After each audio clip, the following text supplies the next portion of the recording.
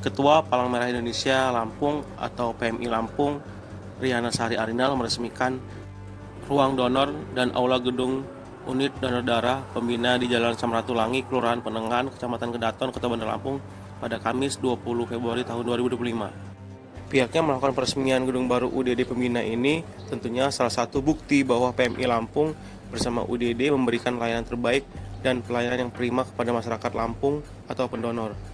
Selain seremoni peresmian gedung, pihaknya juga berharap agar menjaga kualitas darah dengan harapan menjamin keamanan bagi pasien atau penerima darah tersebut.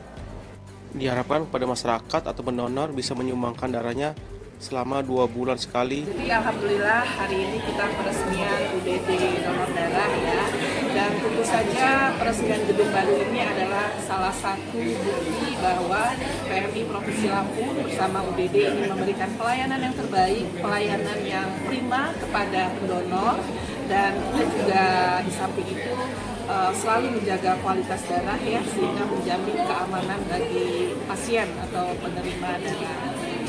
Dan untuk donor darah sendiri ini kan kita aktifkan ya, atau orang itu sekarang setiap 2 bulan sekali. Jadi setiap 2 bulan sekali bagi yang biasa mendonorkan darahnya ataupun donor pemula silakan datang ke UDD Provinsi Lampung yang ada di Jalan Samratulangi ini, atau setiap Jumat ada di markas PMI Provinsi Lampung yang ada di Bintang. Depannya semakin banyak warga Lampung yang mendonorkan darahnya, insya Allah akan semakin sehat dan semakin persediaan darah yang ada di UDD Provinsi Lampung. Kalau setiap hari sekitar 2.000-an.